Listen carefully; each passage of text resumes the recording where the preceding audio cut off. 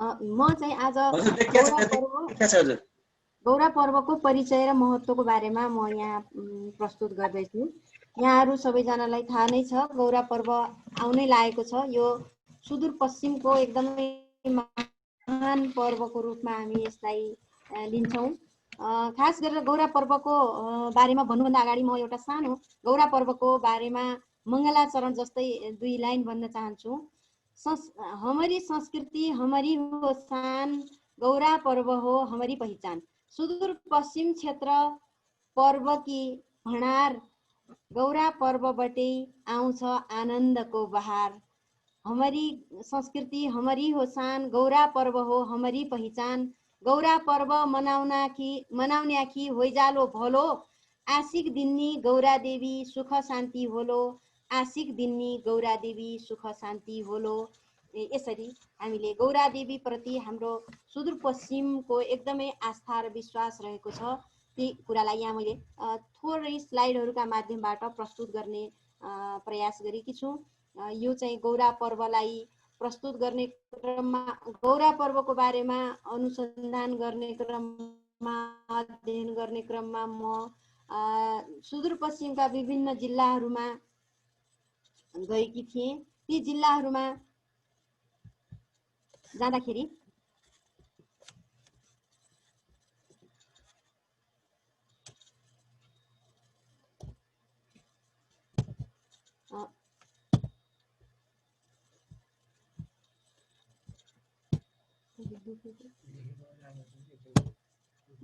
अब गौरा पर्व हाम्रो डोटी क्षेत्र विशेष गरेर सांस्कृतिक सन्दर्भमा निकै समृद्ध रहेको छ। यहाँको जीवनशैली, खानपान, रहन सहन, धर्म संस्कार आदिका बारेमा यहाँ अत्यन्त मौलिकता रहेको छ। यो अमूर्त र मूर्त दुवै सांस्कृतिक सम्पदाहरूमा डोटी क्षेत्र समृद्ध छ। त्यस्तै गरेर सुदूरपश्चिमका विभिन्न जिल्लाहरूमा जस्तो बैतडीमा त्रिपुरा सुन्दरी, डडेलधुरामा उग्रतारा, डोटीमा शैलेश्वरी, बझाङमा सुरमा देवी, बाजुरामा मालिका को विशेष, यी देवीहरूको विशेष महत्त्व छ। यी बाहेक पनि विभिन्न देवीहरू यहाँ, यो शाक्त क्षेत्रका रूपमा पनि हामी यसलाई लिन्छौँ। विभिन्न देवीहरू यहाँ छन्। त्यस्तै गरेर कञ्चनपुरमा सिद्धनाथ, अछाममा बैजनाथ, दार्चुलामा मल्लिकार्जुन, कैलालीमा भेडा बाबा आदिको पनि विशेष महत्त्व छ। त्यसैले यो शिव र मानस खण्ड भनेर यसलाई भनिन्छ।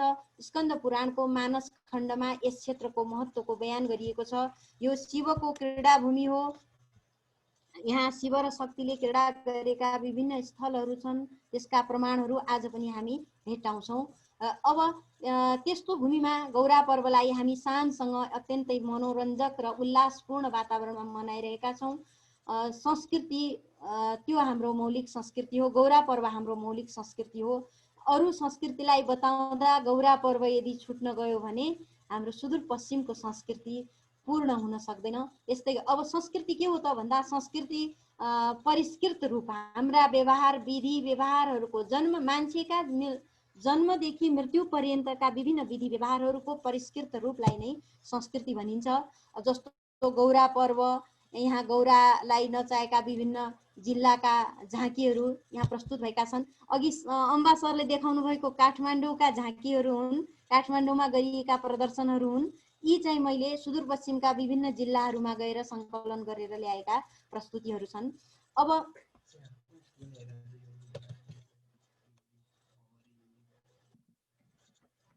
हमारी डोटेली भाषामा हमरी भनेर प्रयोग हुन्छ, किनभने त्यो अलिकति कुमाउनी र गढवाली भाषाबाट प्रभावित भएको हुनाले त्यसमा हमरी प्रयोग भएको छ। यहाँ सरले, एकजना सरले भन्नुभएको छ, त्यो हिन्दी यस्ता शब्दहरू त्यहाँ थुप्रै पाइन्छन्। डोटेली भाषामा हेर्ने हो भने हिन्दीबाट प्रभावित शब्दहरू धेरै पाइन्छन्।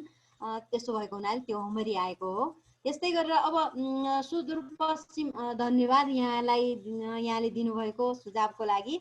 अनि अब गौरा पर्व कहाँ कहाँ मनाइन्छ त भन्दा, यो सेती, महाकाली र कर्णाली अञ्चलका विभिन्न जिल्लाहरूमा मनाइन्छन्। त्यस्तै गरेर भारतको उत्तराञ्चल राज्यका कुमाऊँ, गढवालमा पनि यसलाई धुमधामसँग मनाइन्छ।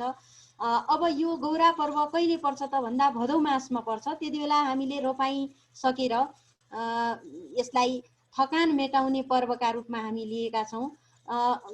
गौरा अरू पर्व जस्तो निश्चित तिथिमिति त निश्चित हुन्छ, तर यो कहिले शुक्ल पक्षमा कहिले कृष्ण पक्षमा पर्दछ, किनभने अगस्ती ताराको उदय भइसकेपछि यसको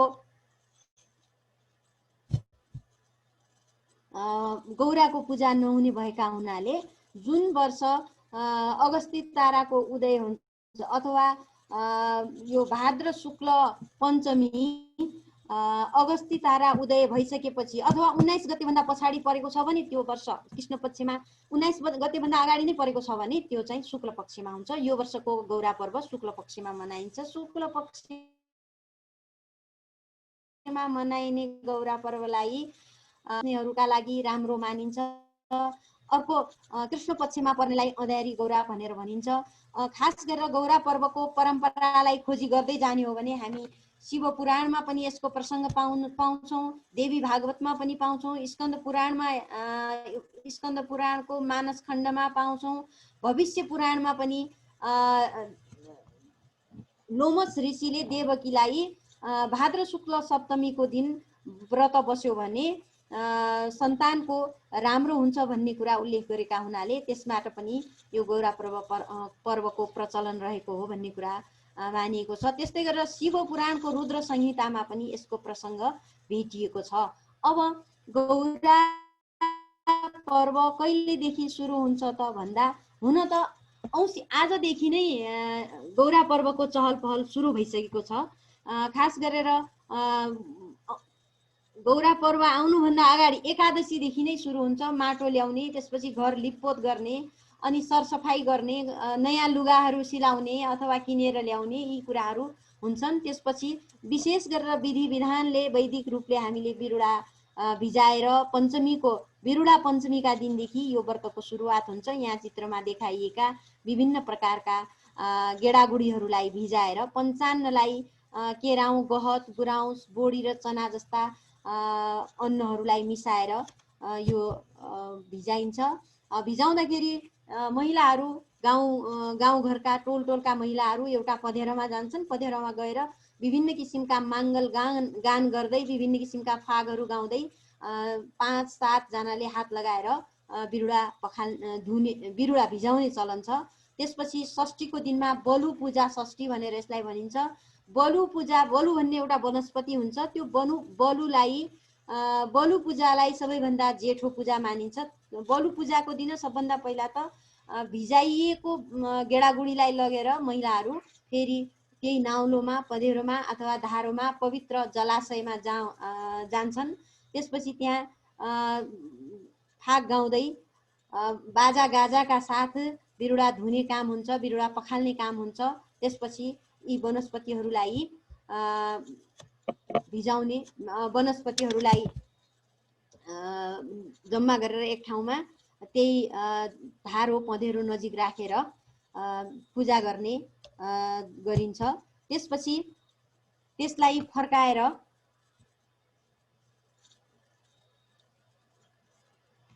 त्यहाँबाट फर्केर आउँछन् महिलाहरू, अनि त्यो दिनको कर्म त्यति हो। त्यसपछि अनि अमुक्ताभरण सप्तमी,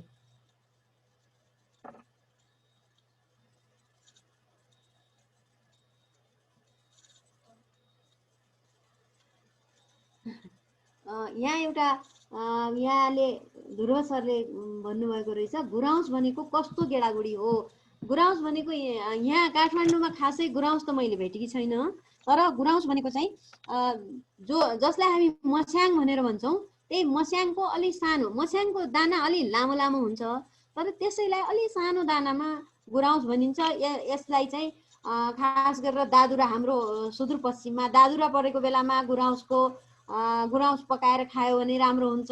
ज्वरो आएको बेलामा, बिरामी भएको बेलामा यो पथ्यका रूपमा यसलाई लिइन्छ, त्यसलाई गुराउँस भनेर भनिएको हो।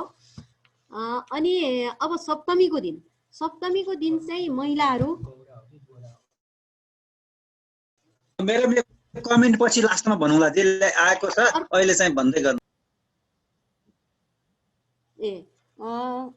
यो गौरा र गोराको बारेमा स्पष्ट एउटा गरिहालौँ अनि है सर। गौरा गोरा हैन, अनि त्यसपछि गमरा भन्ने चलन छ हैन। कसैले गौरा भन्छन्, गौरीलाई गौरा भनिएको हो, अनि गौरीकै रूप हो गौरा, अनि गौरालाई कसैले गमरा पनि भनेर भन्छन्। कुमाउँ गढवालतिर खास गरेर गढवालमा चाहिँ गमरा भनेर भनिन्छ। अनि त्यसपछि नन्दा पनि भनिन्छ यसलाई, उसमा नन्दा भनेर पूजा गर्ने चलन पनि छ। त्यस्तै गरेर अनि लोली, दार्चुलातिर लोली भनेर भन्ने चलन छ हैन। यसरी लोली गौरा, गौरा गोरा यस्तो किसिमले जुनसुकै पनि भनिन्छ, गौरा भन्दा पनि हुन्छ। गौरा खास गरेर गौरीको पूजा गरिने हुनाले यस पर्वलाई गौरा पर्व, गोरा पर्व, गमरा भनेर भनिएको। अब सप्तमीका दिन महिलाहरू एउटा गौरा घरमा जम्मा हुन्छन्, अनि एउटा निश्चित घरमा आउने हो यो गौरा त, अनि अथवा मन्दिरमा आउने हो, त्यहाँ जहाँ गमरा ल्याउने हो त्यो ठाउँमा जम्मा हुन्छन्। जम्मा भएर अनि जस्तो यो यहाँहरूले देख्नु भएको छ एउटा डालो, त्यो डालोमा एउटा यस्तो यो घुम्टी ओढाएर लगिन्छ। अनि त्यसपछि निश्चित गौराको वनस्पतिहरू निकाल्ने एउटा निश्चित खेत हुन्छ, त्यो खेतमा गएर एउटा निश्चित ठाउँ हुन्छ, त्यहाँ गएर विभिन्न किसिमका वनस्पतिहरू निकालेर ल्याउने चलन छ। त्यो वनस्पतिहरू निकाल्दाखेरि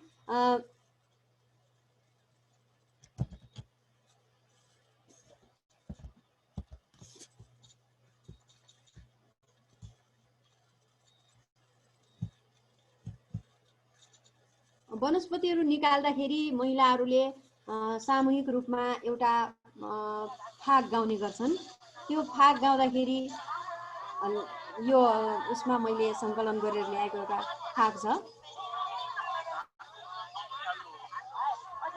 यसमा चाहिँ यी वनस्पतिहरूले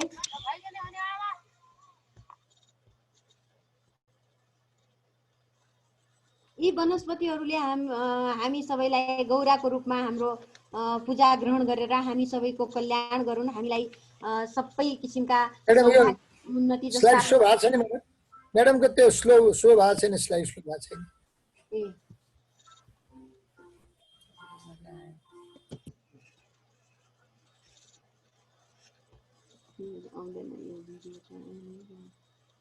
यो प्ले नभएको होला म्याडम, मलाई हटाइदिँदा नि हुन्छ। हजुर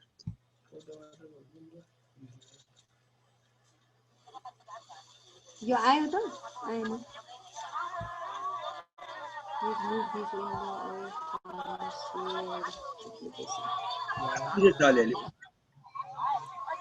साउन्ड चाहिँ सुनियो, भिजुअल देखेन म्याडम, के छ त्यसमा? भिजुअल पनि छ, साउन्ड चाहिँ सुनिएको थियो।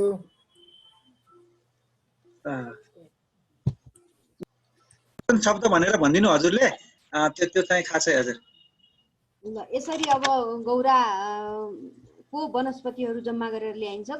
वनस्पतिहरू जम्मा गरेर ल्याइसकेपछि अनि एउटा घरमा त्यसलाई राखिन्छ। घरमा राखिसकेपछि अनि आँगनमा पुर्याइसकेपछि त्यसलाई सेली गरेर बहुत सम्मानका साथ द्वार मातृकाको पूजा गरेर अनि जहाँ ज्युति पनि लेखिएको छ त्यो ज्युति लेखिएको ठाउँमा यसलाई राखिन्छ। यो ज्युतिको चित्र हो। यो गौरा देवीको स्थापना गरिने ठाउँमा षोडश मातृका सहितको ज्युति विशेष रूपले पूजा गरिन्छ। त्यसमा नवग्रह, चन्द्र, सूर्य, यस्ता भद्र चिन्ह आदि भएका ज्युतिहरू लेखिन्छन्। अनि त्यसपछि ज्युति लेखिएको ठाउँमा गौरालाई स्थापना गरेर गौराको विधि विधानका साथ पूजाआजा हुन्छ। अनि यस अवसरमा महिलाहरूले विभिन्न किसिमका गाथाहरू गाउने चलन छ।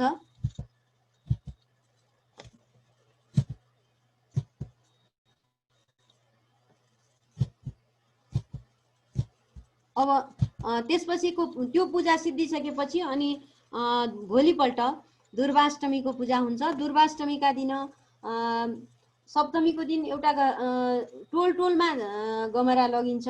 त्यसपछि अनि त्यो घरमा पूजा भइसकेपछि फेरि एकै ठाउँमा जम्मा भएर यो एउटा सामाजिक महत्त्वको पर्व हुनाले एकै ठाउँमा लगेर अनि गौराहरूलाई मिसाएर मोडेर देवीको रूपमा गरगहना लगाएर मुकुट लगाएर देवीको रूपमा रूपान्तरण गर्ने गरिन्छ। त्यसपछि अष्टमीका दिनमा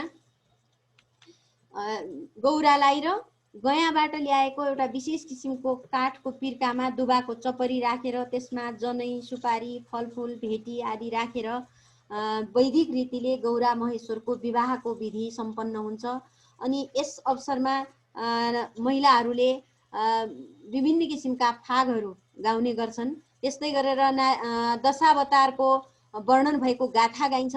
नमन्ती माधव मधुसागर मधुसूदन हृदयमै छ हरिदेव प्रणाम छ पुरुषोत्तम भन्ने किसिमको गाथा गाइन्छ। यसरी गौरा महेश्वर सम्बन्धी विभिन्न किसिमका फागहरू गाउने चलन छ। त्यसै दिन दुर्वाष्टमीकै दिन दुबोको चपरीमाथि विशेष रूपमा तयार पारिएको 7वटा ग्रन्थीबाट निर्माण गरिएको एउटा दुबा धागो भनेर भनिन्छ। त्यसलाई दुर्वा सूत्र पनि भनिन्छ। त्यो दुर्वा सूत्र धारण गरिन्छ, महिलाहरूले धारण गर्दछन्। त्यो दुर्वा सूत्रको त्योभन्दा अगाडि गोबरले कुण्ड बनाउने चलन छ। अनि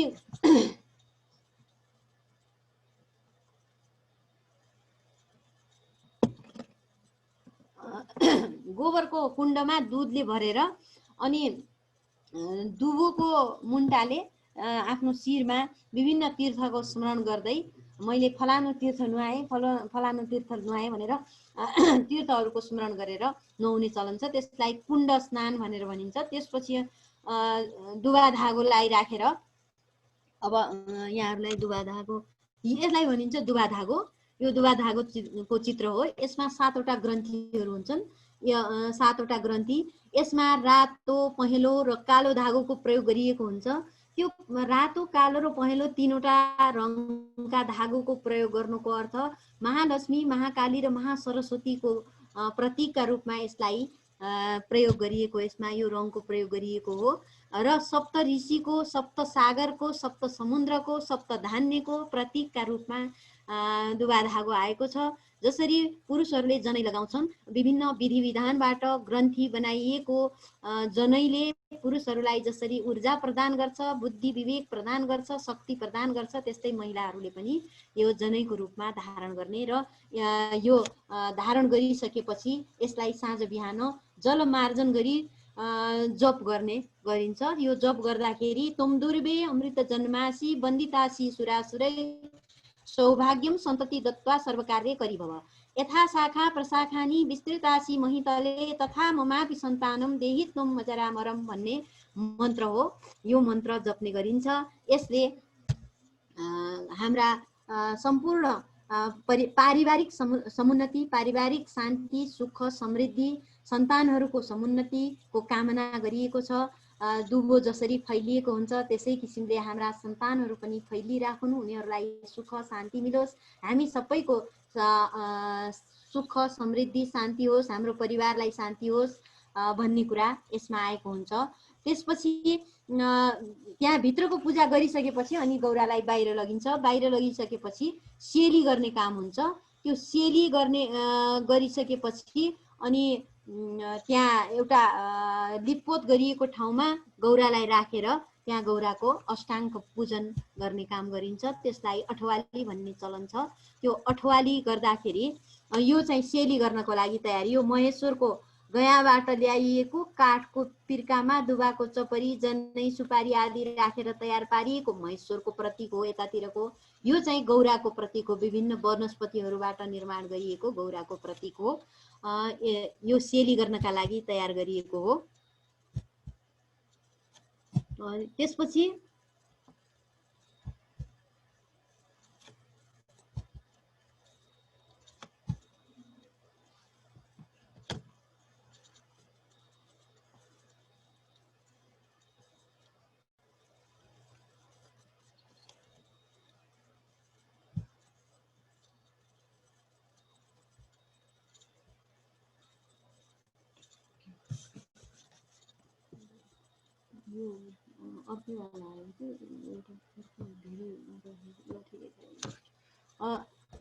यसरी अष्टमीको पूजा समापन हुन्छ। अष्टमीको पूजा समापन भइसके अष्टमीको पूजा सिद्धिसकेपछि अनि साइत हेराएर कुनै निश्चित साइतमा अगस्ती ताराको उदय हुनुभन्दा अगाडि नै गौराको बिदाई गरिन्छ। यस्ता यी बिदाई हुनु पूर्वका दिनहरू चाहिँ अत्यन्त उल्लासमय हुन्छन्। यसमा विभिन्न किसिमका गाथाहरू गाइन्छन्। फागहरू, चैत, धमारी, होलाउलो, अठवाली जस्ता गाथाहरू गाइन्छन्, लोकगीतहरू गाइन्छन्। युवाहरू सबैजना यसमा रमाएका हुन्छन्, बालकहरू रमाएका हुन्छन्, युवाहरू रमाएका हुन्छन्। यो यस्तो पर्व हो जसमा कुनै किसिमको वर्ग विभेद छैन, यसमा कुनै वयको विभेद छैन। आबाल वृद्ध वनिता सबै यसमा रमाइरहेका हुन्छन्। यस्तै धनी गरिब शिक्षित अशिक्षित सबै वर्गहरू यसमा रमाएर खेलिरहेका हुन्छन्। त्यस्तै गरेर बिदाईको दिन चाहिँ अठवाली गाइन्छ। अठवाली को लागि एउटा चद्दर लाई सबैजना महिलाहरू, व्रतालु महिलाहरूले लिन्छन्। त्यसमा गौराको प्रसादहरू राखिन्छ अनि उनीहरूले अठवाली गाउँछन्। अठवाली गाइसकेपछि अनि त्यो प्रसादलाई 4 जना पुरुषहरू 4 कुनामा समाएर माथि आकाशतिर त्यसलाई हुर्याउँछन्।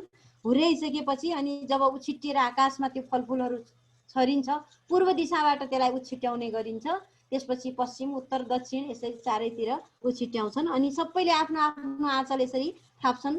अनि त्यो आँचलमा परेको प्रसाद शुभ मानिन्छ, आफूलाई मङ्गलदायक भनेर मानिन्छ अनि त्यो प्रसाद सबैलाई बाँड्ने चलन छ।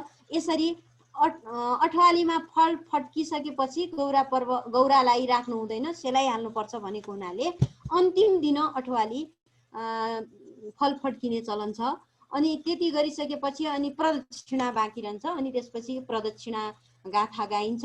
बीचमा गौरालाई राखेर वरिपरिबाट प्रदक्षिणा गाएर पुरुषहरूले प्रदक्षिणा गर्दछन् गौराको। त्यसपछि अनि गौरालाई सेलाउने गरिन्छ। यसरी यो महिलाहरूले, यसमा चित्रमा देखाइएको महिलाहरूले गाएको चैत खेल्न थालेको एउटा यो के अरे ठुलो बाह्रमासे भनेर भनिन्छ यसलाई, यो खेलेको हो। अनि त्यसपछि यसरी गौरा महेश्वरको विवाह भइसकेपछि अनि त्यसपछि यसको बिदाईको तयारी भइसकेपछि सबै पूजाआजा सिद्धिएपछि प्रदक्षिणा गरेर अनि गौरालाई सेलाउन लगिन्छ। निश्चित स्थान हुन्छ गौरा सेलाउने। त्यो स्थानमा लगिसकेपछि अनि सेलाउन लैजाँदाखेरि शङ्ख, घण्ट, चमर, भोक्कर, सहनाई यस्ता विभिन्न किसिमका पञ्चे बाजाहरू बजाएर लैजाने चलन छ। अनि यसरी गौरा पर्व जहाँ गौरा सेलाइन्छ त्यहाँ पुगेपछि अनि गौरा लाई त्यो मूर्ति फुकाएर त्यसका आफ्नो घरमा गौराको घरमा फर्काउनु पर्ने मुकुटहरू घरमा ल्याइन्छ र वनस्पतिलाई त्यही राखिन्छ र त्यसमा फलफुल आदि इत्यादिहरू त्यही राखिन्छ।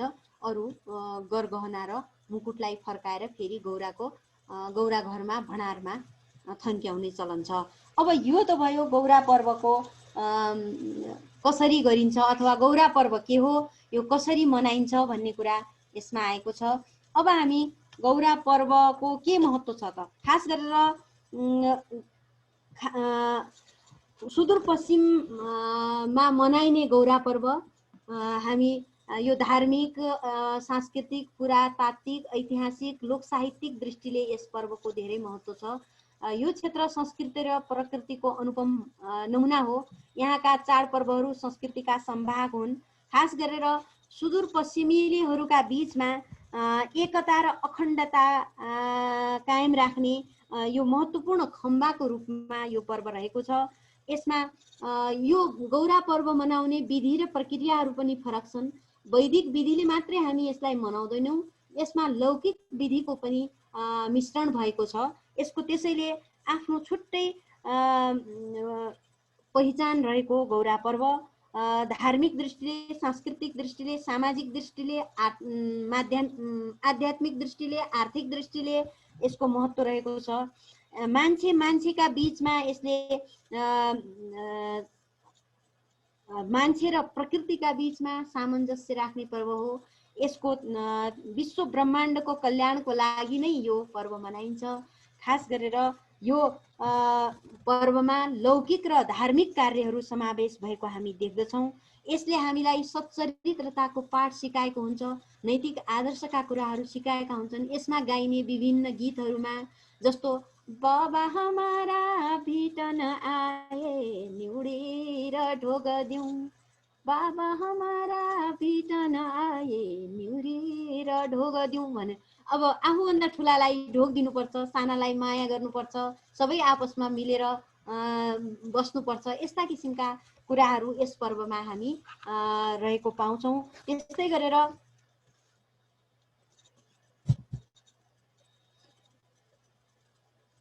यो पर्वले नारीलाई उच्च सम्मान दिएको पाइन्छ। खास गरेर गौरा पर्व नारीहरूकै सक्रियतामा, नारीहरूकै अगुवाईमा मनाइने पर्व हो। नारी सहभागिता यसमा उल्लेख्य रहेको हुन्छ। पुरुषहरूको पनि सहभागिता नहुने होइन, पुरुषहरू पनि रमाइरहेका हुन्छन्। उल्लासपूर्ण वातावरणमा यो पर्व मनाइएको हुन्छ। त्यसमा पनि व्रतालुहरू पनि महिला हुन्छन्। यसमा सहयोगी भूमिकाका रूपमा पुरुषहरूको भूमिका रहेको हुन्छ भने मुख्य भूमिकाका रूपमा महिलाहरूको भूमिका हुन्छ। यस पर्वले नारीका भावना र विचारलाई समेटेको हुन्छ। यसले नारीका आपसमा सुख दुःख बाँड्ने पर्वका रूपमा हामी यसलाई लिन सक्छौँ। त्यस्तै गरेर यसले परिवारका जनहरूलाई एकत्रित गर्ने, आफ्नो कर्तव्य सम्झाउने, हाम्रो कर्तव्य आफ्नो पहिचान चिनाउने र आफ्नो संस्कृतिप्रति माया गर्न सिकाउने पर्व हो यो। त्यस्तै गरेर यसको पर्यावरणीय महत्त्व पनि रहेको छ, किनभने विभिन्न किसिमका वनस्पतिहरूलाई ल्याएर हामी पूजा गर्छौँ। ती वनस्पतिहरू हाम्रो जीवनका लागि अत्यन्त उपयोगी छन्। हामीलाई अक्सिजन प्रदान गर्ने वनस्पतिहरू नै हुन्।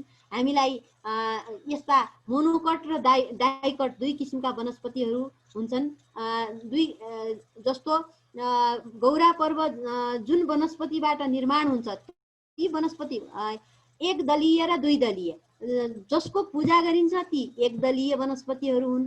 जसको जुनलाई हामी प्रसादका रूपमा चढाउँछौँ त्यो चाहिँ द्विदलीय वनस्पति, ती द्विदलीय वनस्पतिहरू हुन्। अब द्विदलीय वनस्पति पनि हाम्रो शरीरको लागि अत्यन्तै लाभदायक छ। त्यसैले स्वास्थ्य विज्ञानका दृष्टिले पनि यो अति नै महत्त्वपूर्ण पर्व हो। जस्तो यसमा गेडागुडी, अङ्कुरित गेडागुडीहरूको प्रसादका रूपमा चढाउने, प्रसादका रूपमा खाने अथवा अरूलाई पनि बाँड्ने, आफन्तहरूकोमा पठाउने, यस्तो किसिमको चलन रहेको हुनाले स्वास्थ्य विज्ञानका दृष्टिले यस्तो हाम्रो जब खेतका रोपाइँहरू गर्ने बेलामा हामीलाई चिसो लागेको हुन्छ त्यस्तो बेलामा जस्तो नेवारी संस्कृतिमा क्वाटी खाएर यस्तो किसिमको पर्व मनाइन्छ, क्वाटी खाने पर्व मनाइन्छ। त्यस्तै यहाँ चाहिँ बिरुडा भनिन्छ। बिरुडा खाएर आफ्नो शारीरिक तन्दुरुस्तीका लागि पनि यो आवश्यक छ। त्यस्तै अर्को यो मानव यसले यस पर्वमा गाइने विभिन्न किसिमका गाथाहरूले, पौराणिक लौकिक कथाहरूले हाम्रो मानव जीवनका लागि उपयोगी सन्देशहरू सम्प्रेषण गरेका छन्। एक आपसमा मिलेर बस्नुपर्ने, जस्तो एक आपसमा हामीले सहयोगी भावना राख्नुपर्ने, नराखेको खण्डमा हामीलाई अनिष्ट आइलाग्ने जस्ता कथाहरू यसमा आउँछन्। जस्तो अठवालीकै बेलामा सुनाइने कथा छ। त्यस्तै बिरुडा खाने बेलामा आफूभन्दा ठुलालाई सोधेर 7वटा दाना हातमा राखेर खाऊ दिदी, खाऊ भाउजू अथवा खाऊ आमा भनेर सोधेर आफूभन्दा ठुलाहरूलाई सोधेर खाने र अनि उनले खाऊ भन्ने। दुवा दाउ घाँटीमा लगाउँदाखेरि पनि लाऊ दिदी, लाऊ भाउ, लाऊ ज्यू यसरी भनेर सोधेर लगाउने, त्यस्तो किसिमको सल्लाह गरेर हामीले काम गर्नुपर्छ। हामीले सहयोगी भावना हामीमा हुनुपर्छ, समताको भाव हुनुपर्छ, एकताको भाव हुनुपर्छ भन्ने कुराहरू यसमा आएका छन्। यस्ता नैतिकताका सन्देशहरू यसले सम्प्रेषण गरेको छ। अनि हामी यस बेलामा व्रत पनि बस्छौँ। त्यो व्रतले हामीलाई आत्मशुद्धिको शुद्धि गरेको हुन्छ। व्रतले हाम्रो सङ्कल्प शक्ति बढाउँछ। यो वैज्ञानिक रूपमा पनि प्रुफ भएको कुरा हो। यस्तै गरेर बुद्धिको विकास पनि हुन्छ। यसले हामीलाई सद्विचार बढाउने, सद्भाव बढाउने, हाम्रो मनमा सद्भावको जागृति हुने र यी सुखी जीवनको आधारहरू नै यी हुन्। यी सुखी जीवनको आधार खोज्दाखेरि हामीले गौरा पर्वमा पाएका छौँ। त्यसरी विभिन्न धर्म समुदाय भूगोल जात जाति अनुसार विभिन्न चाडपर्वहरू आजभोलि मनाउँदै आएका छन् र त्यसमा विभिन्न किसिमका विधि र पद्धतिहरू रहेका छन्। भूगोल अनुसार विधि र पद्धति फरक हुन्छ। गौरा पर्वमा पनि भूगोल अनुसार विधि र पद्धतिहरू फरक हुन्छन्। त्यस्तै गरेर समुदाय अनुसार पनि फरक हुन्छ। खास गरेर चाडपर्वको आजभोलि चाडपर्वको वास्तविक मर्म हराउँदै गइरहेको यस्तो समयमा, तडक भडक र देखावटीपन बढ्दै गइरहेको समयमा आज जुन हामीले यो गौरा पर्व मनाउँछौँ त्यसको वास्तविक मर्म बुझेर खास गरेर पूजा के हो, अनुष्ठान के हो, किन गरिन्छ, तिनका वैदिक र लौकिक साहित्यको उद्देश्य र मर्म के हो भन्ने कुरा आजको समाजले बिर्सिन थालेको छ। त्यसैले हामीले जुन आज यो कार्यक्रम गरेका छौँ, यस्ता कार्यक्रमहरूले यस्ता मूल्य र मान्यताहरूलाई, यसको व्रतको जुन रहस्य छ अथवा गौराको जुन रहस्य छ, खास गरेर गौरा किन मनाइन्छ हैन, यसको बिरुवा किन खाइन्छ, किन वनस्पतिलाई नै पूजा गर्ने, किन प्रतिमामा पूजा गर्दैनौँ हामी, अथवा मूर्तिमा किन पूजा गर्दैनौँ, वनस्पतिबाट नै किन मूर्ति बनाउँछौँ, यी कुराहरूको हामीले अनुसन्धान गरेर हैन त्यस तडक भडकतिर लाग्नुभन्दा पनि विशेष गरेर यस्तो खोजी गर्नतिर आज लाग्नुपर्ने आजको आवश्यकता रहेको हामी देख्दछौँ। त्यस्तै गरेर हाम्रो समाजमा नारीहरूको दयनीय स्थिति रहेको देखिन्छ। खास गरेर नारीहरू अलिकति पछाडि परेका र पारिएका पनि छन्। त्यसैले अब त्यस्तो अवस्थामा नारी उत्थानका लागि पनि यस पर्वले महत्त्वपूर्ण भूमिका खेल्ने मलाई लागेको छ र त्यसैले यो पर्वलाई हाम्रो धर्म, संस्कृति, संस्कार, सभ्यताप्रति हामीलाई आस्थावान बनाउनका लागि, त्यस्तै एक आपसमा मिलेर बस्नका लागि यसको व्यापक अर्थको खोजी गर्नु आवश्यक छ। यसको मूल मर्मलाई पहिचान गर्नु आवश्यक छ। त्यस्तै गरेर यसको मनोवैज्ञानिक महत्त्व पनि रहेको देखिन्छ। सुदूरपश्चिमको महत्त्वपूर्ण पर्व गौराको प्रचलन निकै पहिलेदेखि देखिँदै आएको हो। वैदिक पौराणिक कालदेखि नै यो चलेको देखिन्छ। सुदूरपश्चिमेलीहरूका बीचमा अखण्डता, एकता कायम गर्ने यो पर्वले मानिसलाई पूर्ण रूपमा स्वस्थ हुनका लागि शारीरिक, मानसिक, सामाजिक, आध्यात्मिक रूपमा मानिस स्वस्थ हुनुपर्छ, अनि मात्रै ऊ स्वस्थ हुन्छ, पूर्ण रूपमा स्वस्थ हुन्छ। त्यसैले गौरा पर्वले यी चारै किसिमबाट मानिसलाई स्वस्थ बनाइरहेको हुन्छ। खास गरेर गौरा पर्वको हरियाली वातावरणमा रोपाइसकेपछि फुर्सदको समयमा जसरी मनाइन्छ, मिठो खाने, राम्रो लाउने चलन यस पर्वमा छ। त्यसले हाम्रो शरीरलाई पोषण प्रदान गरिरहेको हुन्छ। अनि त्यसपछि पोषण जब प्राप्त हुन्छ, मानिसको शरीरमा पोषण भएन भने ऊ मानसिक रूपमा पनि स्वस्थ हुन सक्दैन। त्यसैले यो कुरा पनि हामीले गौरा पर्वबाट प्राप्त गरेका हुन्छौँ। त्यस्तै गरेर यस पर्वमा गाइने चैत, धमारी, ढुस्को, भोलाउलो, घर गीत, भारी खेल अनि देउडा यस्ता किसिमका लोकगीतहरू, लोकगाथाहरू अनि यसमा सुनाइने जुन लोककथाहरू छन्, विशेष किसिमका लोककथाहरू छन्, ती सबैको प्रस्तुति यो सानो उसमा त गर्न सकिएन हैन, तर हामी कुनै समयमा ती कथाहरू के हुन्, गाथाहरू के हुन्, यी पनि हामी भनौँला। अनि तिनले हामीलाई एउटा शारीरिक व्यायाम पनि प्रदान गर्छ। खेल्दाखेरि, देउडा खेल्दाखेरि, टुँडी खेलमा हामीले अरू ठाउँको नदेखि पनि कमसेकम टुँडी खेलको देउडा त देखेका छौँ। टुँडी खेलमा सबै कति उत्साहित भएका हुन्छन्, कति आनन्दसँग मनाइरहेका हुन्छन्, देउडा खेलिरहेका हुन्छन्। त्यसले हामीलाई शारीरिक व्यायाम पनि प्रदान गरेको हुन्छ। र यसका साथसाथै व्यायाम मात्रै होइन, त्यो बोझिलो छैन, त्यो एकदमै अल्छी लाग्ने खालको छैन, एकदम उत्साहित छ, एकदम उमङ्गपूर्ण वातावरणमा खेलिरहेका हुन्छन्, व्यायाम गरिरहेका हुन्छन्। यसले हाम्रो शरीरलाई फुर्तिलो बनाउँछ, ऊर्जावान बनाउँछ र मनोरञ्जनले के पनि गर्छ भने हाम्रो मानसिक तनावलाई कम गर्छ। अनि जब मानसिक तनाव कम हुन्छ, मनका पीर, दुःख, पीडा शान्त हुन्छन्। त्यसैले अर्कोतिर यसले हाम्रो आपसी भेटघाट पनि हुने भएका हुनाले यसले मनलाई हल्का बनाउँछ। अनि यसमा बाँडिने जुन शुभकामना छ, शुभकामना आदान प्रदानले हाम्रो हौसला बढाउँछ, प्रेरणा बढाउँछ, यसले हामीलाई प्रोत्साहन दिन्छ केही गर्नमा हामीलाई रुचि जगाउँछ हैन। यस किसिमका हाम्रो आत्मबल बढाउने काम यिनीहरूले गरेको छ। यो पर्वमा यस्ता किसिमका महत्त्वहरू रहेको छन्। त्यस्तै गरेर निराशा र एक्लोपनलाई पनि यसले हटाउँछ। अहिले धेरैजसो मान्छेहरू हैन, स्वास्थ्य विज्ञानले गरेको अध्ययन अनुसन्धान अनुसार अहिले धेरैजसो मानिसहरू डिप्रेसनबाट प्रभावित भइरहेका छन्। डिप्रेसनको रोग अहिले एकदमै फैलिदो छ। त्यो अवस्थामा यो गौरा पर्व मनाउँदाखेरि वर्षमा एक पटक एउटा 15 दिनसम्म अथवा 1 हप्तासम्म भए पनि हामीले गौरा पर्वमा रमायौँ भने हामीले धेरै लामो समयसम्म मानसिक प्रशान्ति हामी प्राप्त गर्न सक्छौँ। एक्लोपन अथवा चिडचिडापन हाम्रो हट्न सक्छ। यसले हामीमा सकारात्मक सोचको विकास गराउँछ र समग्र रूपमा हाम्रो मानसिक स्वास्थ्यलाई प्रवर्धन गर्ने काम यसले गर्दछ। त्यस्तै गरेर यसले आत्मीयता, माया, प्रेम, सद्भाव, मेल मिलाप हामी राख्न सहयोग गरेको हुन्छ। परदेशिएकालाई घर परिवारसँग यसले मिलन गराउँछ। बुढादेखि बालकसम्म एकै ठाउँमा जम्मा भएर यसले सबैका बीचमा आपसी भेटघाट गराउँछ। नीति र शिक्षाका कुराहरू आदान प्रदान गर्दछ। आदर्श व्यवहार सिकाउने काम यसले गरेको हुन्छ।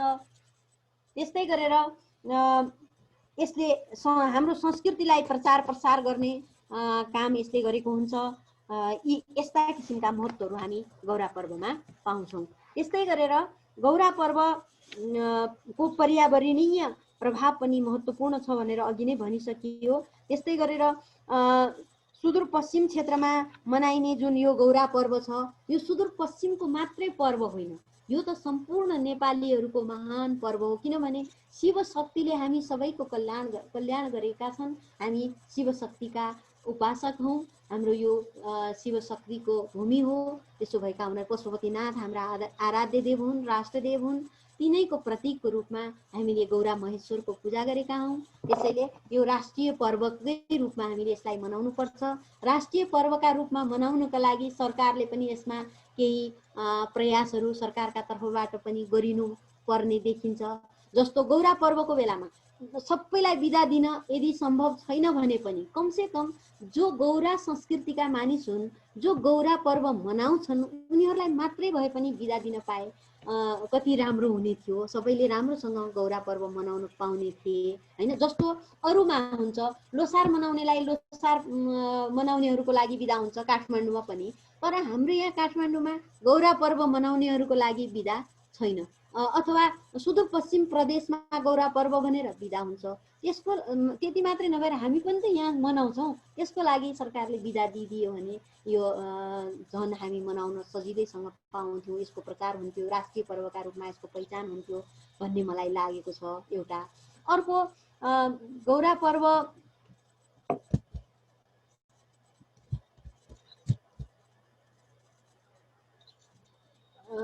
गौरा पर्वको जुन पहिचान छ त्यो गुम्ने अवस्थामा पुगेको छ।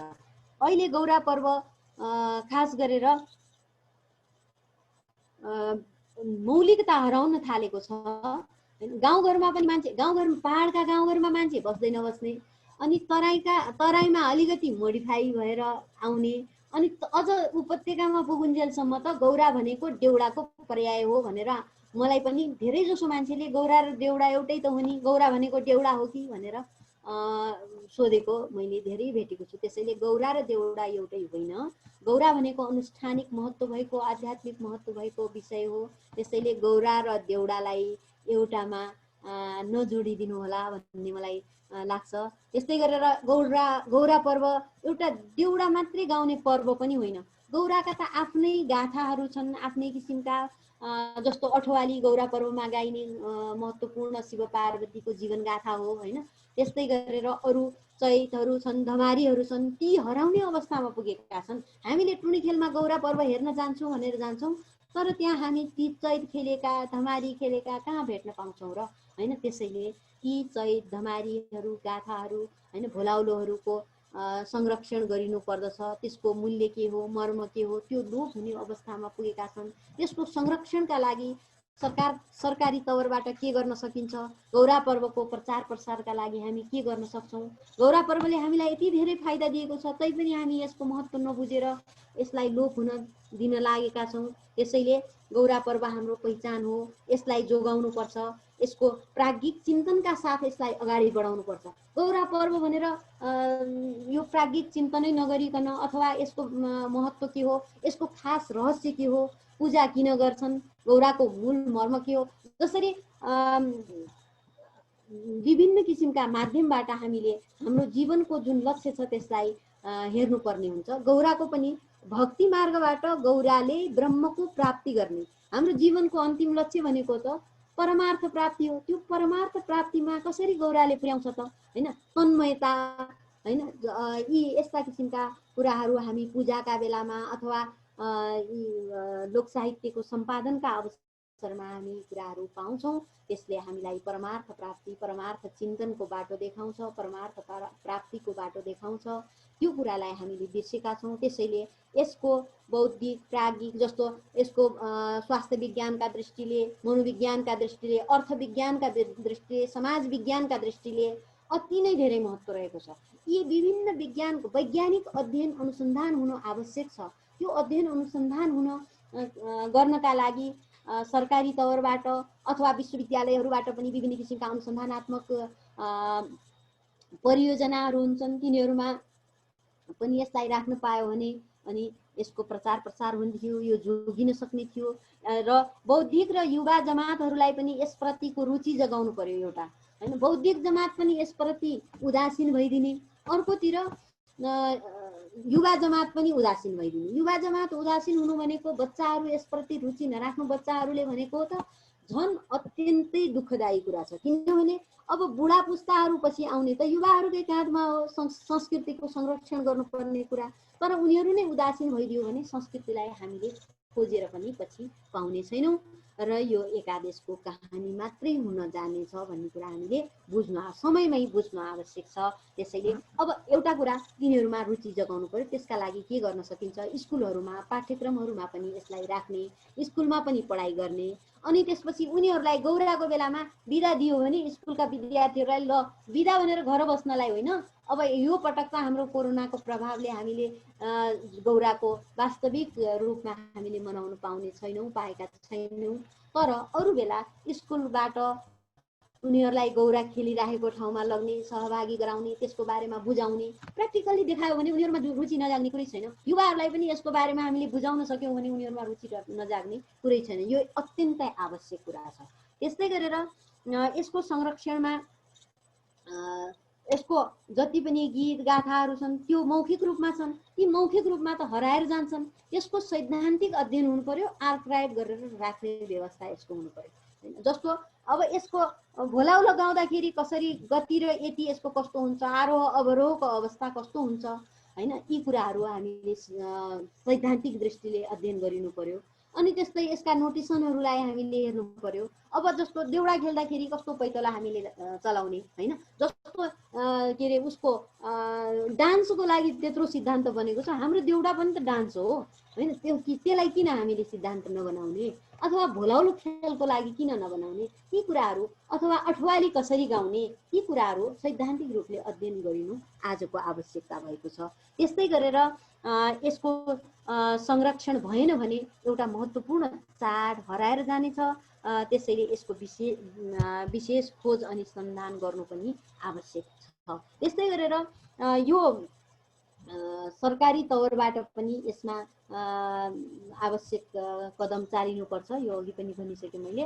त्यस्तै गरेर यो एउटा अमूर्त सांस्कृतिक सम्पदा हो। जस्तो मच्छिन्द्रनाथको जात्रा यहाँको काठमाडौँको ललितपुरमा मनाइने जुन, अथवा काठमाडौँको रातो मच्छिन्द्रनाथको, सेतो मच्छिन्द्रनाथको, ललितपुरको रातो मच्छिन्द्रनाथको जात्राहरू छन्। अरू विभिन्न किसिमका जात्राहरू छन्, अरू सांस्कृतिक सम्पदाहरू छन्। त्यस्तै हाम्रो सुदूरपश्चिमको गौरा जस्तो अमूर्त सांस्कृतिक सम्पदालाई हामीले एउटा युनेस्कोमा सूचीकृत गरेर, हैन, त्यसको एउटा अमूर्त सांस्कृतिक सम्पदाको बारेमा सूचीकृत गराएर त्यसको सैद्धान्तिक, यसको प्रायोगिक, यसको अध्ययन किन नगर्ने? अनि त्यसको अध्ययन गरिनु आवश्यक छ। यसका लागि हामीले के पहल गर्नुपर्ने छ त्यो हामी गरौँ। हामी लोक साहित्यका अनुयायीहरू, अनुरागीहरू छौँ धेरै, हैन? उनीहरूका लागि पनि यो महत्त्वपूर्ण। सुदूरपश्चिमको मात्रै पर्व होइन यो, हाम्रो लोक साहित्यका अध्येताहरूका लागि, अनुसन्धाताहरूका लागि, लोक साहित्यविदहरूका लागि पनि यो खोजीको विषय छ, रुचिको विषय छ। त्यसैले उहाँहरूसँग पनि मेरो अनुरोध छ। यहाँ हाम्रा लोकवार्ताका हाम्रा सरहरू म्याडमहरू हुनुहुन्छ, लोकवार्ता परिवार छौँ हामी। त्यस्तै गरेर सुदूरपश्चिमका परिवारहरू हामी छौँ। त्यस्तै गरेर हाम्रो नेपालभरिका बुद्धिजीवी, बौद्धिक, प्राज्ञिक व्यक्तित्वहरू यहाँहरू जो हुनुहुन्छ, उहाँहरूमा म हार्दिक अनुरोध के गर्छु भने गौरा पर्वको महत्त्वलाई बुझेर गौरा पर्वको सांस्कृतिक महत्त्व, आध्यात्मिक महत्त्व के छ, अथवा गौरा पर्व किन मनाइन्छ, कहाँ कहाँ मनाइन्छ। अब डोटीमै पनि एउटा गौरा ल्यायो अनि त्यसपछि त्यसको सामान्य पूजाआजा गर्यो, एउटा ठाउँमा सेलाइदियो, त्यसरी संस्कृतिको विकास हुन सक्दैन। यसरी गौरा पर्वलाई हामीले मनाउनुपर्छ।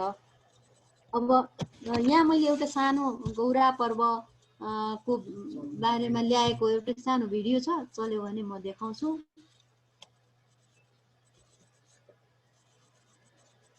यो चाहिँ भएन। अब यो चाहिँ सेली गर्दाको दृश्य हो, यहाँहरूलाई मैले देखाएँ। अनि सेली भनेको यो हातमा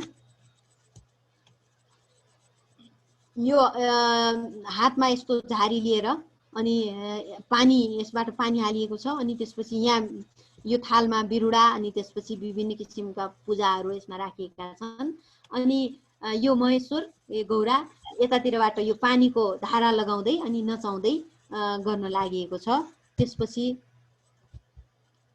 यो चाहिँ डोटीको संस्कृति हो। यो मैले आफूले खिचेको त होइन, मैले नेटबाट लिएकी हुँ। यो हुड्केली हैन, यिनीहरू हुड्को बजाएर, यसलाई हुड्को भनेर भनिन्छ, यो बाजा हुड्को हो। अनि बजाएर गाउँदैछन्। अनि यो तलको यो चाहिँ छलिया नृत्य हो। यो छलिया नृत्य पनि सुदूरपश्चिमको, खास गरेर यो कुमाउ गढवालतिरको नृत्य हो। कुमाउ गढवालतिरबाट डोटीमा पनि, डोटी क्षेत्र भनेको सुदूरपश्चिम कर्णाली प्रदेशदेखि सम्पूर्ण डोटेली संस्कृति भएको क्षेत्रलाई मैले यहाँ डोटी भनेर भनेकी छु। यो छलिया नृत्य हो। त्यस्तै यो पनि नेटबाट लिएको तस्बिर हो। यो पनि देउडा खेल्नका लागि खेलिरहेका छन्। यो पनि देउडा खेलेको दृश्य हो। यहाँ चाहिँ अब महिलाहरूमा पनि जागरण आउन थालेको छ। उनीहरू पनि यस्ता बाजाहरू, पञ्चे बाजाहरू बजाउनुमा अगाडि सर्दैछन् र उनीहरूको सहभागिता बढ्दैछ, लोकवार्ताका क्षेत्रमा अगाडि आउँदैछन् भन्ने कुरा यस तस्बिरले देखाएको छ। यति भन्दै मैले आफ्नो गौरा पर्व सम्बन्धी सामान्य प्रस्तुति यहाँ प्रस्तुत गरेँ। यहाँहरूले एकदमै धैर्यताका पूर्वक सुनिदिनु भएकोमा यहाँहरूलाई हार्दिक धन्यवाद दिन्छु। हजुर म्याडम, धन्यवाद छ यहाँलाई। म्याडमले के गर्नु पर्यो भने यता केही प्रश्नहरू छन्, हजुरले प्रश्नहरू हेर्दै गरौँ र यो स्लाइड भ्यू गरिदिनु त। म एकछिन केही कुरा भन्दै गर्छु, आउट गरिदिनु। हजुर स्क्रिन म स्क्रिन देखाउँछु। हजुर अब केही कुराहरू अघि म्याडमले भन्नुभएकोमा म्याडमलाई विशेष धन्यवाद। र म केही यहाँहरूलाई आउट भयो म्याडम। यो देखिएको छ मेरो स्लाइड, मैले यता देखाउनु खोजेको कुरो? ठिक छ, देखिएको छ सर। यो चाहिँ नि सानो एउटा देउडा।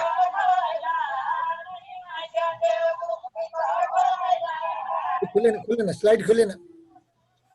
देखिएको छैन सर? खुलेन स्लाइड खुलेन, आवाज मात्रै आयो। यहाँ त देखिएको छ। त्यसलाई खोल्नु न। त्यसलाई भारी खेल भनेर भनिन्छ, ठुलो खेल पनि भनिन्छ। कसैले कुमाउ गढवालतिर ठुलो खेल भनेर भनिन्छ यसलाई। त्यो एउटा ठुलो छाको गाथा, अर्को चाहिँ अठवाली। यो दुईटा गाथा हामीले गाएनौँ भने गौरा सेलाउन मिल्दैन। त्यसैले त्यो दुईटा एकदम अनिवार्य अङ्गका रूपमा रहेको हुन्छ। त्यसैले देउडा गाउने, देउडा चाहिँ सधैँ गाउन मिल्छ होइन, जहिले पनि। अब यो ठुलो खेल त्यसमा गौराकै अवसरमा गाइन्छ, त्यस्तो अठवाली गौराकै अवसरमा गाइन्छ। त्यसैले खेल्ने विधि र प्रक्रिया पनि फरक छन्। यो चाहिँ फरक किसिमको विधा हो। देउडा गीत लोकगीत अन्तर्गत पर्छ। अनि त्यसपछि अरू गौराका गाथा, चैत, धमारी आदि चाहिँ गाथा अन्तर्गत पर्छन्। यसमा गीतहरू पनि गाइन्छन्, घर गीत पनि गाइन्छ। घर गीत चाहिँ गीतकै विधा अन्तर्गत पर्दछ। त्यस्तै गरेर भोकर भनेको के हो भनेर भन्नुभएको रहेछ। हाम्रोतिर जात हुन्छ, विभिन्न देवी देवताको जात्रा शोभा यात्रालाई जात भनेर भनिन्छ। त्यहाँ पूजाआजा गर्ने अनि त्यसपछि शोभा यात्रा निकाल्ने, त्यस्ता हरेक वर्षमा 2 पटक, एउटा चैत के अरे एउटा वैशाखको बेलामा अथवा वैशाख जेठतिर, एउटा शरद ऋतुमा एउटा वसन्त ऋतुमा देवी देवताको विशेष पूजाआजा गर्ने चलन छ। अनि त्यो विशेष पूजा खास गरेर देवताको पर्व भनेर, देवताको पक्ष भनेर कार्तिकको महिनाको बेलामा देवताको पक्ष भनिन्छ, त्यति बेला जाँत हुन्छ। अनि त्यो जाँतको बेलामा शोभा यात्रा निकाल्दाखेरि अरू बेला पनि देवी देवताको पूजा गर्दाखेरि एउटा भोकर भन्ने बाजा बजाउने चलन त्यो ठाउँमा रहेको छ। त्यो भोकर भनेर लेख्नुभयो भने इन्टरनेटमा पाउन सकिन्छ। अनि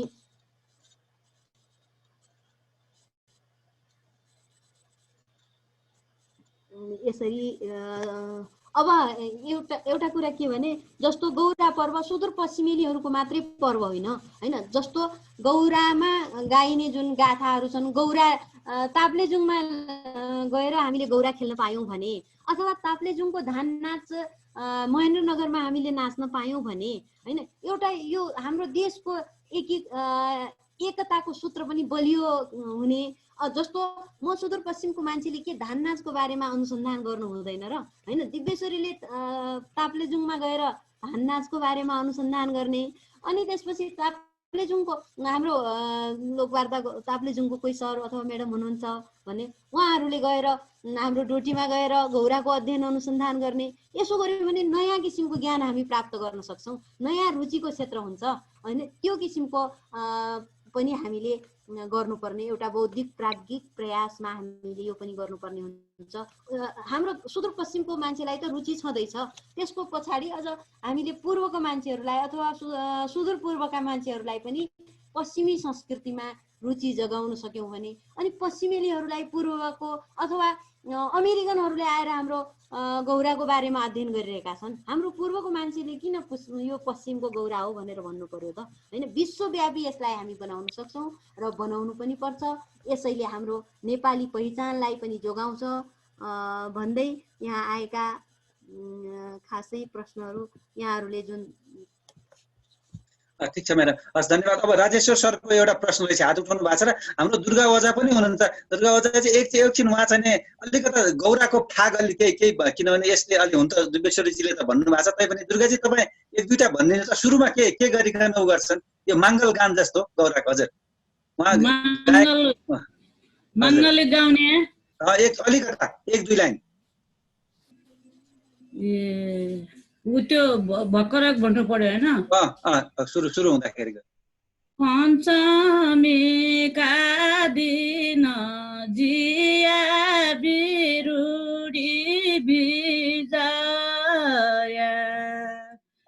खष्टमीका दिन जिया बिरुडी धोया, सक्दमीका दिन जिया माइत बोलाया, बोलाउन लाया जिया पिठीको भाइलो, बोलाउन लाया जिया सातै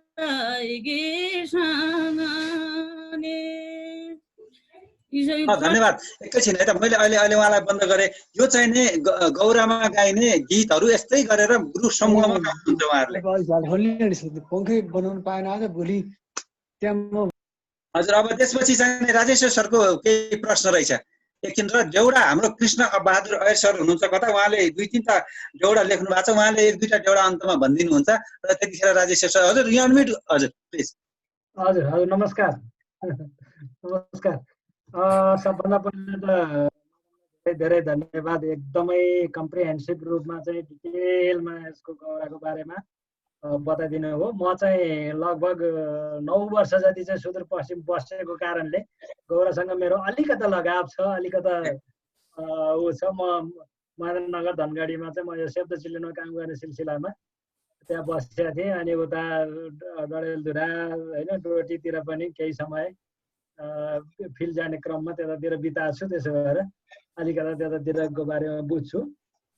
र एउटा दुईटा कुराहरू चाहिँ मैले यहाँ थप जान्न चाहेको कुराहरू अथवा त्यो बेलामा अझ मैले अलिक बुझ्न नसकेका कुराहरू, एउटा चाहिँ यो बेलामा यो जुन गौराको समयमा गाइने गाथाहरू अथवा यी मन्त्रहरू जुन छन् नि, ती मन्त्रहरू चाहिँ सायद कुनै न कुनै हाम्रो पौराणिक कथाहरूमा अथवा धर्मशास्त्रहरूमा उल्लेख होलान्। त्यो कुन कुनमा उल्लेख छ होला भन्ने कुराहरू पनि यसो जानकारी हुन पाएदेखि त्यसको अझै त्यसका अर्थहरू अझै भन्न सकिन्थ्यो जस्तो लाग्छ। अनि अर्को कुरा एउटा मैले नबुझेको अलिकता यहाँ चाहिँ, हुन त यो सामाजिक सद्भावका कुराहरू हामीले यहाँ गरेका छौँ, तर यसमा अब यो त्यहाँका सुदूरपश्चिममा सबै जात जातिहरूले यसलाई मनाउँछन्, तैपनि त्यहाँ जात जातिमा अलिकता त्यो तत्कालीन अवस्थामा केही विभेदहरू अझै बाँकी छन् कि अब यो चाहिँ अलिकता परम्परा भएर होला भन्ने पनि मलाई लाग्छ।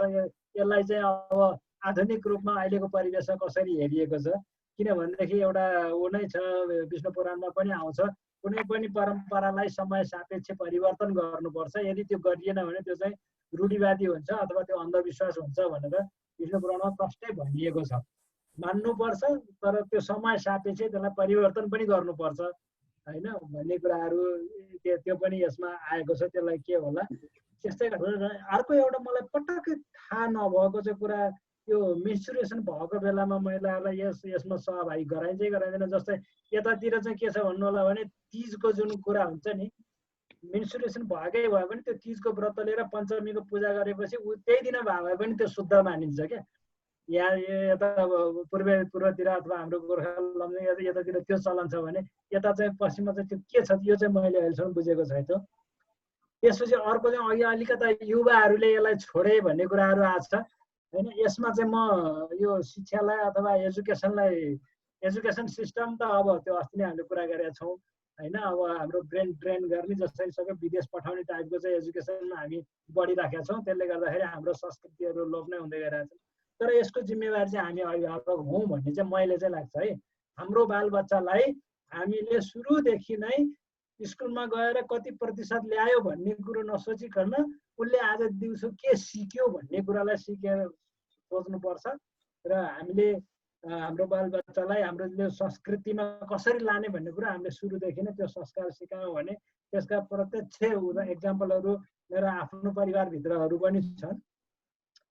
त्यो छ। अनि सरले अघि भनिहाल्नुभयो यो कृष्ण आयरको चाहिँ यहाँ एक दुईवटा गीतहरू यहाँ उहाँले लेखिराख्नु भएको भएर उहाँलाई चाहिँ एक दुईवटा चाहिँ यसो अहिले लास्टमा भन्न लगाउनु त पाएदेखि राम्रो हुन्थ्यो कि जस्तो लागिरहेको छ होइन। हस् यति नै भने मैले। हस् धन्यवाद म्याडमलाई। हजुर धन्यवाद। मैले एकपटक एक दुईवटा शब्द कृष्ण आर्य सर र दुर्गा म्याडम कसरी यो डौडा गाउँछन् भनेर उहाँहरू दुईजना एकचोटि डौडा खेले जस्तो पनि गर्नुहुन्छ, एउटा उहाँले भनेर दोहोरी जस्तो हुन्छ भनेर खालि नमुनाको लागि गरेर उत्तर जवाफको लागि म्याडम दिपेश्वरी म्याडमलाई के जवाफ छ कि?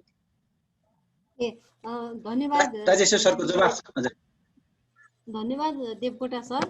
हजुर उहाँले यो गाथा र मन्त्रहरू कहाँ कहाँ पाइन्छन् भनेर भन्नुभएको छ। खास गरेर गाथा चाहिँ विभिन्न पुराणहरूमा, जस्तो दशावतारको गाथा छ, त्यो दशावतारको गाथा चाहिँ विष्णु पुराणमा आधारित छ। अनि त्यस्तै गरेर बडुभाटको गाथा कस्तो हो भने पुराणमा पनि आधारित छ, अनि अलिकति घटनाहरू लौकिक रूपमा त्यसमा थपिएका हुन्छन्। यी विष्णु पुराणमा अनि त्यसपछि देवी भागवतमा, श्रीमद् भागवतमा श्रीकृष्णको चरित्र होइन श्रीमद् भागवतमा आधारित छ। चरित्रहरू, गाथाहरू, धमारीहरू, ढुस्कोहरू, भोलाउलोहरू अलिकति लौकिक अलिकति पौराणिक भएर आएको हुन्छ, त्यसैले यी त्यसमा। अनि त्यसपछि मन्त्रहरू पनि जस्तो दुवाधागो मन्त्रको मन्त्र भयो होइन, शिवपुराण को रुद्र संहितामा यहाँहरूले पाउन सक्नुहुन्छ। त्यस्तै गरेर देवी भागवतको 16औं र 17औं अध्यायमा, 6औं स्कन्धको 16औं र 17औं अध्यायमा यहाँहरू पाउन सक्नुहुन्छ। त्यस्तै गरेर यहाँहरूले यो के अरे रजस्वला भएका महिलाहरूले यसमा सहभागिता पूजा गर्छन् कि गर्दैनन् भनेर भन्नुभएको छ। यसमा हाम्रो सुदूरपश्चिममा विशेष गरेर यो चाहिँ वैदिक विधिबाट पूजा गरिने पर्व हो, अनुष्ठानिक पर्व हो। त्यसो भएको हुनाले यसलाई रजस्वला भएका बेलामा वैज्ञानिक दृष्टिकोणले पनि मानसिक रूपमा र शारीरिक रूपमा अपवित्र भएका हुनाले यसमा सहभागी हुने चलन छैन र त्यो देवताको खलो भनेर भनिन्छ अथवा त्यो देवताको चौरमा चाहिँ जाने चलन छैन।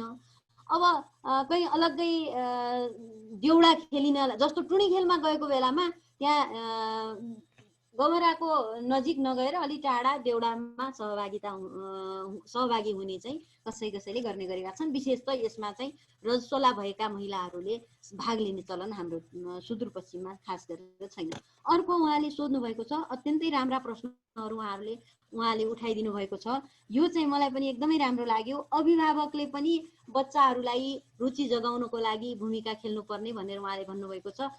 म यहाँसँग 100% सहमत छु। अभिभावकहरूले पनि प्रयोगात्मक रूपमा यस मान भनेर कसैलाई लादेर हामी उनीहरूलाई त्यसप्रतिको रुचि जगाउन सक्दैनौँ। त्यसैले त्यो भएका ठाउँमा लग्ने, जस्तो हामीले यो प्रशंसा संरक्षण समूहको सक्रियतामा कोटेश्वर महादेव स्थानमा गौराको पर्व मनाउँछौँ। त्यहाँ हाम्रा बच्चाहरूलाई पनि हामीले लगेर गयौँ भने अनि यस्तो रहेछ हाम्रो संस्कृति, यस्तो रहेछ, हाम्रा आफन्तहरू त्यहाँ यसरी आउँदा रहेछन्, अरू मान्छे पनि यसरी आउँदा रहेछन्, देशभरिको मान्छेको जमघट हुँदो रहेछ। टुणी खेलमा पनि लगेर गयौँ भने त्यो देख्छन् उनीहरू अनि त्यसप्रति रुचि जागेर आउँछ। त्यस्तै प्रयोगात्मक रूपमा उनीहरूलाई त्यो देउडा खेल्ने कस्तो हो भनेर प्रयोगात्मक देखेनन् भने, उनीहरू आफै सहभागी भएनन् भने, जस्तो अहिले उसले के गरेको छ भने लर्निङ बाई डुइङको जमाना हो नि त यो, होइन? अनि हामी आफै जुन सहभागी भएर जुन कुरा सिक्छौँ त्यो अमेट हुन्छ, कहिले पनि बिर्सिँदैन र त्यो प्रति रुचि पनि जाग्छ। त्यसैले अभिभावकहरूले बच्चाहरूलाई यसको बारेमा ज्ञान दिनु, सैद्धान्तिक ज्ञान दिनु त छँदैछ, प्रयोगात्मक रूपमा पनि त्यसको बारेमा प्रत्यक्ष सहभागी भएर, होइन अप्रत्यक्ष होइन कि प्रत्यक्ष सहभागी विधिबाट हामीले त्यसलाई उनीहरूलाई पनि सहभागिता गराउनु पर्ने। अथवा हाम्रो जुन सम्पादनको प्रक्रिया छ त्यो सम्पादनको प्रक्रियाका बारेमा, गौरा कसरी निकालिन्छ, कसरी पूजा गरिन्छ, अनि त्यसपछि यो प्रक्रिया विधि र पद्धति जानेन भने त पछि त हराउँदै जान्छ, त्यसको महत्त्व बुझेर पनि केही भएन। त्यसो भएको हुनाले विधि र प्रक्रियालाई हस्तान्तरण गर्नका लागि अभिभावकहरूले विद्यार्थीहरू आफ्ना पछिल्ला पिँढीहरूलाई त्यसमा रुचि जगाउनु पर्यो एउटा। अर्को स्कुलमा पनि त्यो कुरा पाठ्यक्रममा सिकाउने हो कि अथवा एउटा स्कुलमा कार्यक्रम गरेर, गौरा मात्रै होइन हाम्रा कतिपय चाडपर्वहरू छन्, ती चाडपर्वहरूलाई स्कुलमा कार्यक्रम गरेर, होइन जस्तो अब आज पितृ सम्मान दिवस छ, पितृ सम्मान दिवसको के महत्त्व छ त भनेर हामीले त्यहाँ विद्यार्थीलाई आफैलाई बनाउन लगायौँ, प्रेजेन्टेसन गर्न लगायौँ भने त्यसको बारेमा ऊ खोजी गर्छ, अरूले पनि जान्दछ, रुचि जाग्छ। अनि त्यसपछि आउँछ तीज। तीज एउटा भड्किलो पर्वको रूपमा दर खाने नाच्ने त्यो पर्व होइन, त्यसको महत्त्व अर्कै छ, त्यसको गरिमा अर्कै छ। त्यो कुरा त ओझेलमा पर्न थालेको छ अहिले। त्यसैले ती कुराहरूलाई हामीले अहिले स्कुलका माध्यमबाट, कलेजका माध्यमबाट अथवा यस्तो सामाजिक सञ्जालहरूका माध्यमबाट जो आज यो हामीले कार्यक्रम गऱ्यौँ, होइन त्यस्ता किसिमका कार्यक्रमहरू सार्वजनिक रूपमा टेलिभिजनका माध्यमबाट यसरी पनि प्रचार प्रसार हुँदै जानु पर्यो। यसरी भयो भने यो पर्वहरू गौरा मात्रै होइन सम्पूर्ण पर्वको महिमा बच्नेछ, यसको मौलिकता रहनेछ र यसको महत्त्व उपादेयता रहनेछ। यसको मौलिक रूप हामी देख्न पाउनेछौँ, यसप्रति सबैको रुचि जाग्नेछ मलाई लाग्छ। र धेरै राम्रा प्रश्न गर्नुभएकोमा फेरि पनि हामी म देवकोटा सरलाई धेरै धेरै धन्यवाद। समयको पाबन्दीले गर्दाखेरि हामी चार बेरलाई गर्छौँ र गौरामा खास गरेर एउटा प्रश्न थप कुराहरू के भने जातीय कुरोमा पनि अघि दिवेश्वरी म्याडमले भने जस्तै यो चाहिँ नि धेरै भिन्नता त हुँदैन, तर यो तल्लो जात अथवा दलित वर्गहरूलाई उहाँहरूको सहभागिता पूजा क्रममा चाहिँ हुँदैन र उहाँहरूको अलमत्तै गौरा मनाउने डडेलधुरामा एउटा ठाउँ छ जहाँ चाहिँ दलितहरूले पनि गौरा मनाउने चलन उहाँहरूको आफ्नै हुन्छ। आफ्नै गौरव हुन्छ, तर खेल्नुमा जातमा अन्य कुरोमा चाहिँ नि उहाँहरूको सहभागिता हुन्छ। त्यो विविधता छ नै एक किसिमले, र अरू कुरोमा हुँदैन, तर पूजा क्रममा चाहिँ त्यो किसिमको विविधता चाहिँ रहेको हुन्छ। तर बिरुवा चाहिँ नै दलितलाई पनि बिरुवा भनेको प्रसाद पहिला ग्रहण गरिन्छ, पुज्ने गरिन्छ, र त्यसपछि खाने पनि गरिन्छ। जसलाई चाहिँ बिरुवा ग्रहण गरिन्छ साँझ पकाएर, त्यो दिन साँझ पकाइन्छ यो पञ्चबिरुडी भनेर, र त्यसमा चाहिँ प्याज लसुन प्याज यताउता केही पनि हालिँदैन, सिधा पकाइन्छ मात्रै, र शुद्ध भोजनको शुद्ध चाहिँ प्रसादको रूपमा ग्रहण गर्ने गरिन्छ। र त्यसै गरिकन अब यो गौराको बारेमा अझ केही एकदम नसोधी नहुने अथवा अलिकता नदोहोरिएका प्रश्न छन् भनेपछि सोधिदिनु होला, फोटोमा जवाफ दिदिनु होला, म अनुरोध गर्दछु समयले गर्दाखेरि। कसैको छ भने हजुर। म्याडमको फोन नम्बर चाहिँ त्यो च्याट बक्समा लेखिदिनु पाए हुन्थ्यो, पछि पनि। हुन्छ हुन्छ, ठिक छ, हस् हुन्छ। अब खास गरेर मैले यहाँनिर एउटा के थप्न खोजेँ भने यो जातीय भावनाहरू यसमा आउँछन् भनेर भनेको छ होइन। विभिन्न यसमा चाहिँ यो एउटा समानताको र समताको पर्व हो भनेर म भन्छु। जस्तो दमाईले नबजाइकन गौरा निकाल्नै मिल्दैन होइन। बजाउँदै अगाडि हामीले सगुनको रूपमा अगाडि बाजा बजाउनेलाई लगाएर अनि त्यसपछि पछाडि महिलाहरूले त्यो डालो लिएर गौरा निकाल्न जाने हो, बजाउँदै ल्याउँछन्। अनि उनीहरूको आफ्नै भूमिका छ। पुरुषहरू पनि त त्यसमा आफ्नै किसिमको भूमिकामा छेउतिर लागेका सहकारी भूमिकामा हुन्छन्। यो खास गरेर महिलाहरूको भूमिका छ। पूजा अनुष्ठानमा चाहिँ छुट्टै समूहमा पूजाआजा गर्ने चलन छ। यो चाहिँ बिस्तारै हराउला होइन। तर अब अहिलेको सन्दर्भमा, किनभने संस्कृति भनेको त्यस्तो कुरा हो जो बिस्तारै पर्यो। परिवर्तन भनेको त एउटा समयको माग हो होइन। त्यसैले बिस्तारै परिवर्तन हुने हो। यी कुराहरूमा बिस्तारै परिवर्तन आउन पनि सक्छ, आउला, आउँदैछ होइन। जुन हामीले बाल्यकालमा जस्तो किसिमको व्यवहार हामीले गरेका थियौँ, पाएका थियौँ, त्यस्तो किसिमको व्यवहार अहिले छैन। अहिले परिवर्तन आएको छ हो। त्यस्तै यसमा पनि परिवर्तन आउँछ। तर यसमा सबै एकै लाइनमा लागेर चैत खेल्दाखेरि मेन गायक ढोली जातका, जसले ढोल बजाउँछ त्यसलाई ढोली भनेर भनिन्छ होइन। त्यस्ता किसिमका जसलाई हाम्रो समाजमा कथित दलित भनेर भन्ने शब्दको प्रयोग गरिन्छ। तर तिनीहरूको भूमिका मुख्य वाचकका रूपमा, मुख्य सम्पादनकर्ताका रूपमा रहेको हुन्छ। उनीहरूको कति महत्त्व छ होइन। त्यसैले यसमा उच निच, छुवाछुत, पढे लेखेका मान्छे, नपढेका मान्छे, धनी मान्छे, गरिब मान्छे, यस्तो किसिमको विभेद यसमा छैन। त्यसैले यो समताको पर्व हो, समानताको पर्व हो भनेर हामी मान्न सक्छौँ। हजुर एकछिन अम्बासडर,